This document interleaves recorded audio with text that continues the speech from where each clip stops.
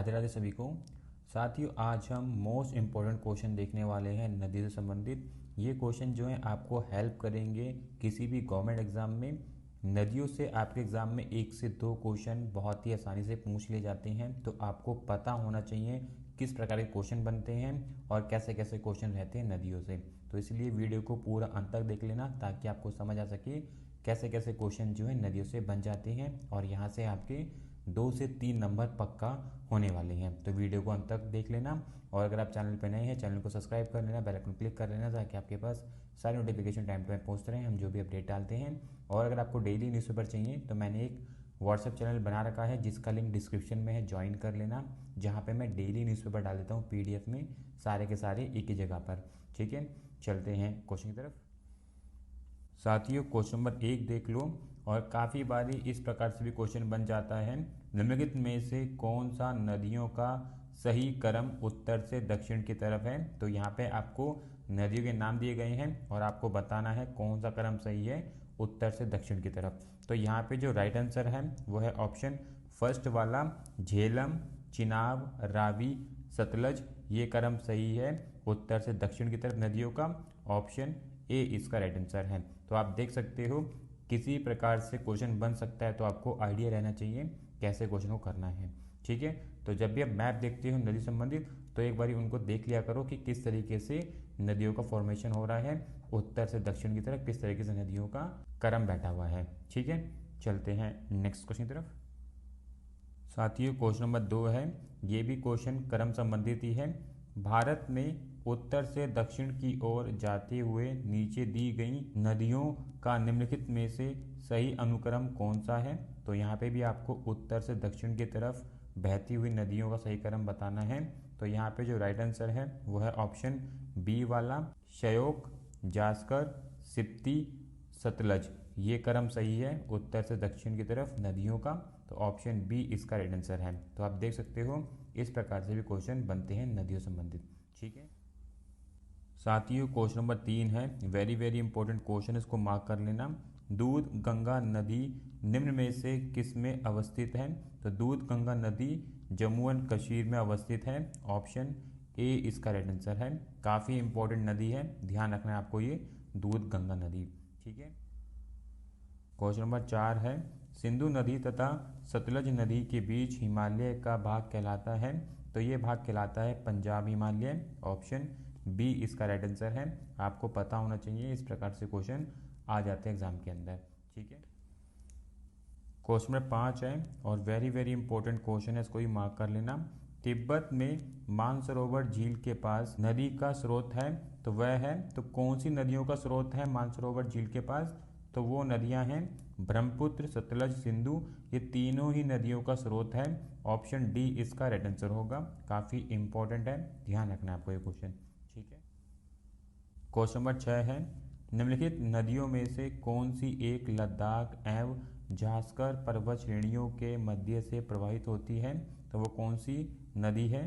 तो वो नदी है सिंधु नदी, जो लद्दाख एवं झांस्कर पर्वत श्रेणियों के मध्य से प्रवाहित होती है। ऑप्शन बी इसका राइट आंसर है। ठीक है, क्वेश्चन नंबर 7 है, निम्नलिखित नदियों में से किनके स्रोत बिंदु लगभग एक ही हैं। तो ब्रह्मपुत्र और सिंधु नदी के स्रोत बिंदु लगभग एक ही हैं। ऑप्शन सी इसका राइट आंसर है। ठीक है, क्वेश्चन नंबर 8 है, वेरी वेरी इंपॉर्टेंट क्वेश्चन है, इसको मार्क कर लेना। निम्नलिखित में से कौन सी एक नदी 1960 की सिंधु जल संधि के अधीन नहीं आती है। तो वो नदी है तीस्ता नदी। तीस्ता नदी जो है 1960 की सिंधु जल संधि के अधीन नहीं आती है। ऑप्शन सी इसका राइट आंसर है। इंपॉर्टेंट है, ध्यान रखना है आपको ये। ठीक है, क्वेश्चन नंबर 9 है, निम्नलिखित में से कौन सी एक नदी हिमालय पार नदी है। तो हिमालय पार नदी सतलज नदी है। ऑप्शन बी इसका राइट आंसर है। ठीक है, क्वेश्चन नंबर 10 है और ये क्वेश्चन आपने काफ़ी एग्जाम में देखा भी होगा। निम्नलिखित नदियों में से किसका उद्गम भारत में नहीं है। तो सतलज नदी का उद्गम भारत में नहीं है। ऑप्शन ए इसका राइट आंसर है। चिनाब, रावी, व्यास, इन तीनों नदियों का उद्गम भारत से है। ठीक है, सतलज नदी का उद्गम जो है भारत नहीं है। ऑप्शन ए इसका राइट आंसर है। चलते हैं नेक्स्ट क्वेश्चन की तरफ। क्वेश्चन नंबर 11 है, सिंधु नदी की निम्नलिखित में से कौन सी सहायक नदी भाखड़ा नागल परियोजना की नहर प्रणाली को पानी की आपूर्ति करती है? तो वो है सतलज नदी। सतलज नदी जो है भाखड़ा नागल परियोजना की नहर प्रणाली को पानी की आपूर्ति करती है। ऑप्शन बी इसका राइट आंसर है। ठीक है। क्वेश्चन नंबर 12 है, इस प्रकार से भी क्वेश्चन पूछ लेते हैं। हिमालय काटकर एवं बहकर आने वाली नदियां हैं। तो हिमालय काटकर एवं बहकर आने वाली नदियां हैं ब्रह्मपुत्र, सतलज, सिंधु। ये तीनों नदियां जो हैं हिमालय काटकर एवं बहकर आने वाली नदियां हैं। ऑप्शन बी इसका राइट आंसर है। ठीक है। क्वेश्चन नंबर 13 है, वेरी वेरी इंपॉर्टेंट क्वेश्चन है, इसको मार्क कर लेना। निम्न नदियों में से कौन सी एक हिमालय की तीनों श्रेणियों को आर पार काटती है? तो वो कौन सी नदी है जो हिमालय की तीनों श्रेणियों को आर पार काटती है? और तीनों श्रेणियों की अगर हम बात करें हिमालय की, हिमाद्री, हिमाचल, शिवालिक, ये 3 श्रेणियां हैं। और वो कौन सी नदी है जो इन तीनों श्रेणियों को काटती है? तो उस नदी का नाम है सतलज नदी। सतलज नदी जो है इन श्रेणियों को काटने के बाद आगे बहती है। ऑप्शन बी इसका राइट आंसर है। ठीक है। क्वेश्चन नंबर 14 है, निम्नलिखित में से कौन सी एक सिंधु नदी की सहायक नदी नहीं है? तो सिंधु नदी की जो सहायक नदी नहीं है वह है तावी। ऑप्शन डी इसका राइट आंसर है। तावी जो है सिंधु नदी की सहायक नदी नहीं है। ठीक है। क्वेश्चन नंबर 15 है, वेरी इंपॉर्टेंट क्वेश्चन है, इसको मार्क कर लेना। हिमाचल प्रदेश से होकर बहने वाली नदियां कौन सी हैं? तो हिमाचल प्रदेश से होकर बहने वाली नदियां हैं व्यास, चिनाब, रावी, सतलज और यमुना। ऑप्शन डी इसका राइट आंसर है। इंपॉर्टेंट है, ध्यान रखना है आपको ये। चलते हैं नेक्स्ट क्वेश्चन तरफ। क्वेश्चन नंबर 16 है, इंपॉर्टेंट नदी है ये भी। किशन गंगा एक सहायक नदी है। तो किशन गंगा झेलम की सहायक नदी है। ऑप्शन सी इसका राइट आंसर है। ठीक है। क्वेश्चन नंबर 17 है, भारत में चंद्र और भागा नदियां किस क्षेत्र में बहती हैं? तो भारत में चंद्र और भागा नदियां लाहौल में बहती हैं। ऑप्शन सी इसका राइट आंसर है। ध्यान रखना आपको ये क्वेश्चन भी। ठीक है। क्वेश्चन नंबर 18 है, निम्नलिखित नदियों में से कौन सी एक उत्तर प्रदेश से नहीं गुजरती है? तो उत्तर प्रदेश से झेलम नहीं गुजरती है। ऑप्शन डी इसका राइट आंसर है। ठीक है। क्वेश्चन नंबर 19 है, मानस नदी किस नदी की उपनदी है, ट्रिब्यूटरी रिवर है? तो मानस नदी ब्रह्मपुत्र की ट्रिब्यूटरी रिवर है। ऑप्शन डी इसका राइट आंसर है। ठीक है। क्वेश्चन नंबर 20 है, ये भी इंपॉर्टेंट क्वेश्चन है, मार्क कर लेना। कोपिली की सहायक नदी है वह है ब्रह्मपुत्र। ब्रह्मपुत्र की कोपिली सहायक नदी है। ऑप्शन डी इसका राइट आंसर है। ठीक है। इंपॉर्टेंट है, ये भी ध्यान रखना है आपको। चलते हैं नेक्स्ट क्वेश्चन तरफ। क्वेश्चन नंबर 21 देख लो, बहुत इंपॉर्टेंट क्वेश्चन और काफ़ी बारी ये एग्जाम में पूछ लिया जाता है। ब्रह्मपुत्र नदी तिब्बत में किस नाम से जानी जाती है? तो ब्रह्मपुत्र नदी जो है तिब्बत के अंदर सांगपो नाम से जानी जाती है। ऑप्शन डी इसका राइट आंसर है। काफ़ी बार एग्जाम में देखे गया क्वेश्चन, तो इंपॉर्टेंट है, मार्क कर लेना। ठीक है। क्वेश्चन नंबर 22 है, ये भी इंपॉर्टेंट क्वेश्चन है। ब्रह्मपुत्र नदी तीस्ता नदी में शामिल होने के बाद किस नाम से जानी जाती है? तो ब्रह्मपुत्र नदी तीस्ता नदी में शामिल होने के बाद जमुना नाम से जानी जाती है। ऑप्शन ए इसका राइट आंसर है। और इसको बांग्लादेश के अंदर जमुना नदी के नाम से जाना जाता है। ठीक है। क्वेश्चन नंबर 23 है, भारत में यारलुंग सांगपो नदी को किस नाम से जाना जाता है? तो भारत में यारलुंग सांगपो नदी को ब्रह्मपुत्र के नाम से जाना जाता है। ऑप्शन सी इसका राइट आंसर है। ठीक है। क्वेश्चन नंबर 24 है, वेरी वेरी इंपॉर्टेंट क्वेश्चन है, इसको मार्क कर लेना। निम्नलिखित में से कौन सी नदी नामचा बारवा में यू टर्न लेती है और भारत में प्रविष्ट होती है? तो ब्रह्मपुत्र नदी जो है नामचा बरवा में यू टर्न लेती है और भारत में प्रविष्ट होती है। ऑप्शन डी इसका राइट आंसर है। और ये नामचा बरवा कहाँ पे है? अरुणाचल प्रदेश में है। और वहाँ पर ब्रह्मपुत्र नदी यू टर्न लेने के बाद भारत में एंटर करती है। ठीक। क्वेश्चन नंबर 25 है, निम्नलिखित में से कौन सा भारत का मुख्य नदी बेसिन नहीं है? तो भारत का मुख्य नदी बेसिन तीस्ता नहीं है। ऑप्शन सी इसका राइट आंसर है। ठीक है। क्वेश्चन नंबर 26 है, निम्नलिखित में से कौन सी एक नदी भारतीय गंगा नदी बेसिन का हिस्सा नहीं है? तो वो है जलांगी नदी। ऑप्शन सी इसका राइट आंसर है। जलांगी नदी भारतीय गंगा नदी बेसिन का हिस्सा नहीं है। ऑप्शन सी इसका राइट आंसर है। ठीक है। क्वेश्चन नंबर 27 है, वेरी वेरी इंपॉर्टेंट क्वेश्चन है, मार्क कर लेना। गंगा नदी की एकमात्र सहायक नदी जिसका उद्गम मैदान में है को चिन्हित कीजिए। तो गोमती नदी है जिसका उद्गम स्थान जो है मैदान में है। ऑप्शन सी इसका राइट आंसर है। इंपॉर्टेंट नदी है, ध्यान रखना है आपको ये। ठीक है। क्वेश्चन नंबर 29 है, सुंदरवन डेल्टा का निर्माण करने वाली नदियां हैं। तो सुंदरवन डेल्टा का निर्माण करने वाली नदियां हैं गंगा और ब्रह्मपुत्र। ऑप्शन ए इसका राइट आंसर है। इंपॉर्टेंट क्वेश्चन है ये भी। ठीक है। क्वेश्चन नंबर 29 है, निम्नलिखित में से कौन सी नदी फतुआ के पास गंगा में मिलती है? तो फतुआ के पास पुनपुन नदी गंगा में मिलती है। ऑप्शन बी इसका राइट आंसर है। ठीक है। चलते हैं नेक्स्ट क्वेश्चन की तरफ। क्वेश्चन नंबर 30 है, भारत की सबसे लंबी नदी है। तो भारत की सबसे लंबी नदी गंगा है। ऑप्शन बी इसका राइट आंसर है। और काफ़ी बार डायरेक्टली ये क्वेश्चन पूछ लिया जाता है। ठीक है। क्वेश्चन नंबर 31 है, अंतस्थलीय अपवहन नदी का उदाहरण है। तो अंतस्थलीय अपवहन नदी का उदाहरण है घग्गर नदी। ऑप्शन बी इसका राइट आंसर है। ठीक है। क्वेश्चन नंबर 32 है, दामोदर जिसकी सहायक नदी है वह है। तो दामोदर हुगली नदी की सहायक नदी है। ऑप्शन बी इसका राइट आंसर है। ठीक है।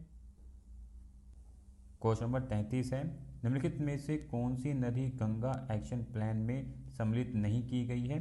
गंगा एक्शन प्लान में कोसी नदी को सम्मिलित नहीं किया गया है। ऑप्शन सी इसका राइट आंसर है। ठीक है। क्वेश्चन नंबर 34 है, और काफ़ी बारी इस प्रकार से भी क्वेश्चन बन जाता है, भारत में सबसे ऊंची ज्वारीय भित्ति वाली नदी कौन सी है? तो भारत में सबसे ऊंची ज्वारीय भित्ति वाली नदी है हुगली। ऑप्शन सी इसका राइट आंसर है। ठीक है। क्वेश्चन नंबर 35 है, निम्नलिखित में से कौन सी नदी ज्वार बनाती है? तो हुगली नदी जो है ज्वार बनाती है। ऑप्शन बी इसका राइट आंसर है। ध्यान रखना आपको ये क्वेश्चन में। ठीक है। क्वेश्चन नंबर 36 देख लो, काफ़ी बेहतरीन क्वेश्चन है। निम्नलिखित हिमालय की नदियों में से कौन सी नदी हिमालय के उस पार से नहीं निकलती है? तो हिमालय के उस पार से गंगा नदी नहीं निकलती है। ऑप्शन सी इसका राइट आंसर है। इंपॉर्टेंट है, ध्यान रखना है आपको ये क्वेश्चन। ठीक है। क्वेश्चन नंबर 37 है, निम्नलिखित में से कौन सी एक गंगा की सहायक नदी नहीं है? तो गंगा की तीस्ता सहायक नदी नहीं है। ऑप्शन सी इसका राइट आंसर है। ठीक है। क्वेश्चन नंबर 38 है, सतही जल संसाधन कहाँ उच्चतर है? तो सतही जल संसाधन गंगा का मैदान पर उच्चतर है। ऑप्शन ए इसका राइट आंसर है। ठीक है। क्वेश्चन नंबर 39 है, गंगा बेसिन में वर्षा वितरण प्रतिमाह घटता जाता है। तो ये घटता जाता है पूरब से पश्चिम और उत्तर से दक्षिण की ओर। ऑप्शन बी इसका राइट आंसर है। ठीक है। क्वेश्चन नंबर 40 है, गंगा नदी की सहायक नदियों का पश्चिम से पूरब की ओर सही अनुक्रम है। तो गंगा नदी की सहायक नदियों का पश्चिम से पूरब की ओर सही अनुक्रम यमुना, घाघरा, सोन, गंडक और कोसी, ये इसका सही अनुक्रम है पश्चिम से पूरब की ओर। ऑप्शन ए इसका राइट आंसर है। ठीक है। क्वेश्चन नंबर 41 है, भारत की निम्नलिखित नदियों में से किसे जैविक मरुस्थल कहते हैं? तो भारत में दामोदर नदी को जैविक मरुस्थल कहते हैं। ऑप्शन बी इसका राइट आंसर है। इंपॉर्टेंट क्वेश्चन है, ध्यान रखना है। ठीक है। और वीडियो को लाइक भी कर देना आप लोग। चलते हैं नेक्स्ट क्वेश्चन की तरफ। क्वेश्चन नंबर 42 है, रायरप्पा किन नदियों के संगम पर अवस्थित है? तो रायरप्पा दामोदर भेरा नदियों के संगम पर अवस्थित है। ऑप्शन ए इसका राइट आंसर है। ठीक है। क्वेश्चन नंबर 43 है, इंपॉर्टेंट क्वेश्चन है, मार्क कर लेना। कौन सी नदी बंगाल का दुख कहलाती है? तो दामोदर नदी जो है बंगाल का दुख कहलाती है। ऑप्शन ए इसका राइट आंसर है। इंपॉर्टेंट क्वेश्चन है, काफ़ी बार एग्जाम में पूछ लिया जाता है अलग क्वेश्चन। ठीक है।